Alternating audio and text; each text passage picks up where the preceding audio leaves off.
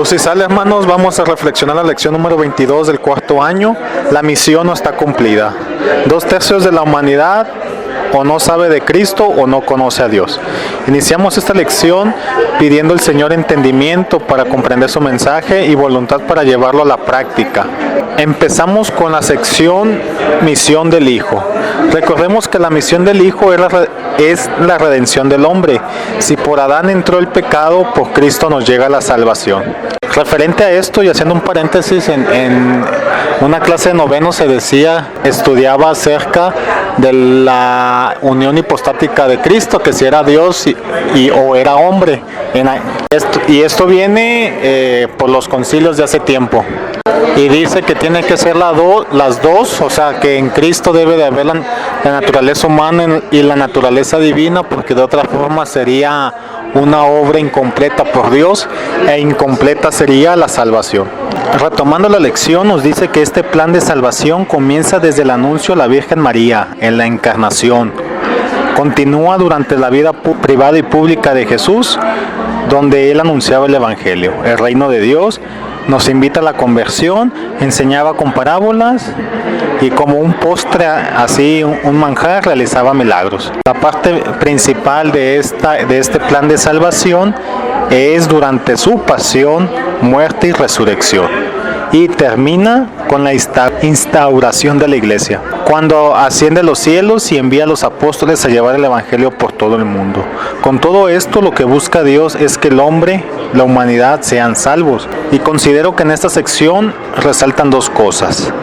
Está la misión del Hijo, primicia de la humanidad, pero también lo que nos dice al inicio, todo esto sucede porque es voluntad del Padre. Es decir, entró el pecado en la humanidad y el Padre busca la manera en cómo salvar a su creación, en cómo salvar al hombre, y decide hacerlo enviando a su Hijo, para que por la humanidad que Él tiene, nosotros, los hombres, seamos partícipes de su divinidad. Y esto sucede cuando nos bautizaron. Como se nos decía anteriormente, por el bautismo nos hacemos partícipe de la resurrección. Y para terminar esta idea, recalco nuevamente, todo esto sucede porque es la voluntad del Padre. Para terminar esta sección debemos comprender que la iglesia juega un papel importante. Más allá de que es la encargada de llevar la palabra, llevar el mensaje, el trasfondo de la iglesia es la voluntad que tiene Cristo para con ella, y esta es que el hombre salve al hombre. Por otro lado, Cristo, sabiendo de nuestra condición humana y para que la iglesia marche, le pide al Padre que envíe el Espíritu Santo, tal cual nos dice la siguiente sección, misión del Espíritu Santo. En pocas palabras, lo que se nos dice aquí es que el Espíritu es el alma de la iglesia, quien la mantiene viva y operante. Por ello, siempre hay que pedirle al Espíritu sus dones. También Él es el encargado de impulsarla, de dilatarla y además administrarla. Esto último en cuanto que el Espíritu es quien dispone de sus dones, carismas y servicios para el beneficio de la iglesia. Para contrastar esta idea o resaltarla, les puedo decir que se imaginen que la venida de Cristo solo hubiera sido para salvar a sus contemporáneos, algo que yo considero limitado para Dios. Entonces es cuando entra la iglesia, para que por medio de ella el hombre se salve. Y esto lo podemos encontrar en la sección La Iglesia enviada de Cristo. Lo primero que nos ponen de relieve o nos resaltan es de que Jesucristo estaba consciente de que Él en algún momento iba a regresar con su Padre. Entonces era necesario idear algún plan para que la salvación llegara a todos los hombres, y con todos los hombres me refiero a los hombres de todos los tiempos. Y este plan es la iglesia. Entonces, la misión que tiene Cristo de salvar al hombre se lo deja a la iglesia, se lo deja al hombre, para que el hombre salve al hombre. Pero no solo, otra cuestión que se nos resalta es que Jesucristo se toma el tiempo para seleccionar a sus apóstoles, posteriormente para formarlos para tal misión, y enseñar a todas las gentes, bautizando bautizándolas en el nombre del Padre y del Hijo y del Espíritu Santo, enseñándoles a obedecer todo en cuanto yo os he mandado, ir por el mundo y predicar el Evangelio a toda criatura. El que creyere y fuere bautizado se salvará, mas el que no creyere se condenará. Con este mandato la Iglesia es la encargada de llevar el Evangelio a todo rincón del mundo. Y esto se hace no solamente de palabras, sino también por medio del testimonio. Con este mandato, Cristo deja la misión de la salvación a la Iglesia. Para esta misión, pues la Iglesia tiene que llevar el Evangelio a todo rincón del mundo. Predicar con la palabra, con el testimonio, así como la administración de los sacramentos y demás medios de gracias para que el hombre libre llegue al encuentro de Dios. Y a todo esto se le llama actividad misionera, tal cual se nos dice en la siguiente sección. Lo primero que debemos entender de esto es que la Iglesia fue fundada por Cristo a través de los apóstoles, encabezado por San Pedro. Esto, sabiendo de su temporalidad en la tierra, se ven en la necesidad de establecer una sucesión. Es decir, tienen que dejar encargada la misión que Cristo les dejó. A eso se le conoce como sucesión apostólica. Sin embargo, esta sucesión apostólica requiere la ayuda de otros personajes. Sabemos que en tiempos apostólicos se ven en la necesidad de crear a los diáconos, personas encargadas del servicio terrenal para los demás cristianos. Posteriormente sabemos que se crean los presbíteros.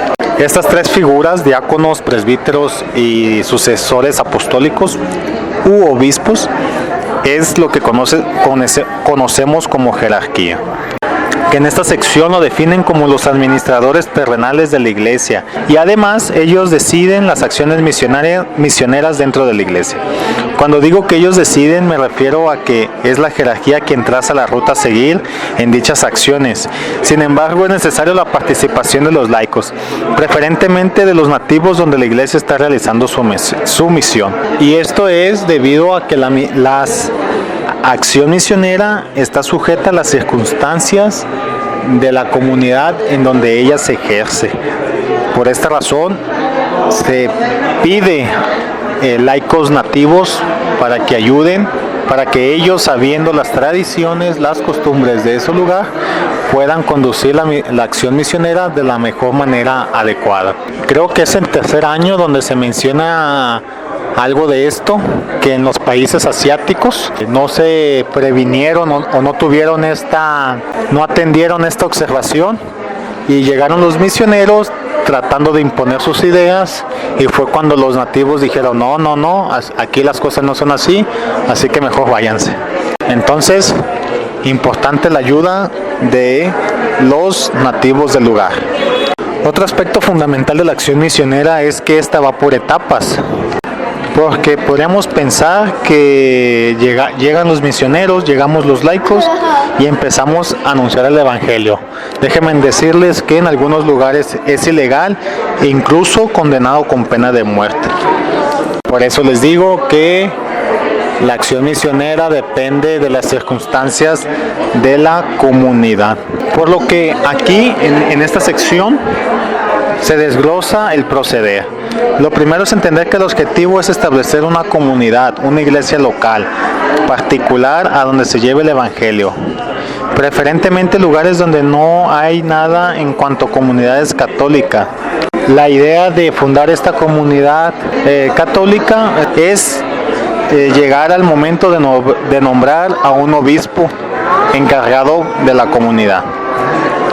Con todo esto, primero se tiene que hacer un estudio si es factible llegar tal cual y establecer, y que los católicos establezcan en ese lugar. Por eso es necesario que la iglesia tenga su planeación, es decir, cómo es que se va a establecer esta comunidad, si van a llegar todos los católicos de un golpe y van a empezar a construir o quedarse en un mismo vecindario, colonia, o van a ir llegando de poco en poco, distribuidos por toda la ciudad y congregándose en un punto. Entonces es necesario esta planeación, cómo establecer la comunidad cristiana, la comunidad católica. El siguiente punto es, ya una vez establecida la comunidad, es que esta comunidad empiece a trabajar.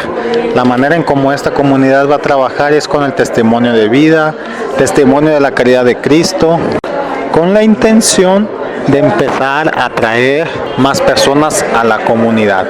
En este punto se dice que empieza la juventud de la misión misionera y se marcan dos aspectos. El primero es que la actividad misionera nunca va a terminar por el hecho de que los pueblos constantemente están cambiando y la actividad misionera depende de estos cambios. Por lo tanto, la iglesia se debe de apegar a dichos cambios. Se menciona que debido a estos cambios en algunos momentos se ha tenido la necesidad de frenar la actividad misionera y en un peor caso retroceder. Y esto es en sentido de culturizar nuevamente el evangelio.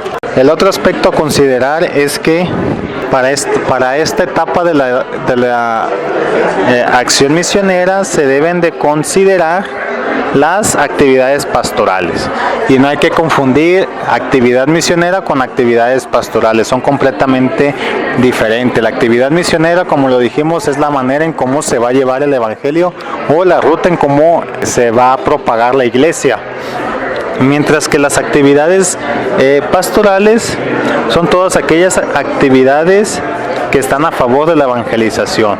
Para ejemplificar, la misión misionera es llevar el evangelio, establecer la iglesia particular. Para ello, a lo mejor se necesita un curso de formación.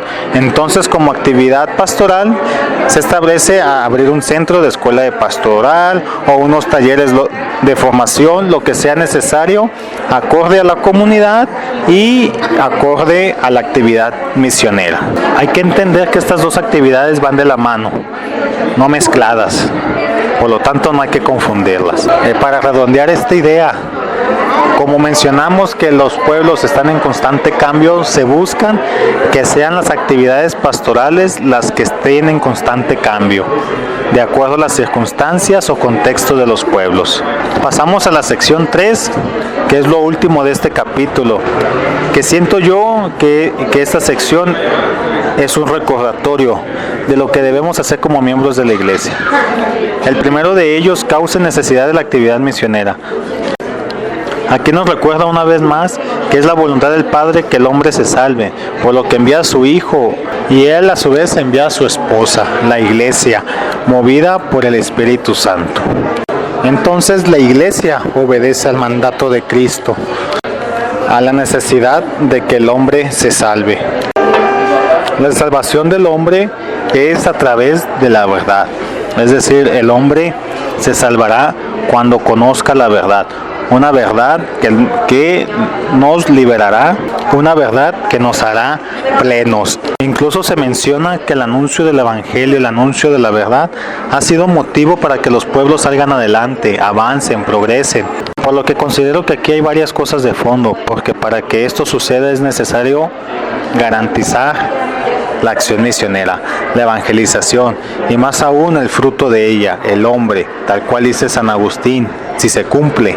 El punto que resaltan aquí es que el evangelio no solo trata cuestiones espirituales, sino que también trata menciones terrenas. Para mí no es aceptable decir que el hombre se salve si terrenamente está mal.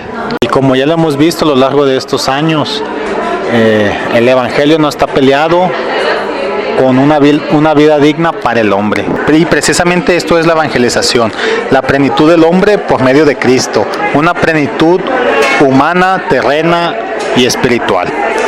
La última sección es el carácter escatológico de la actividad misionera.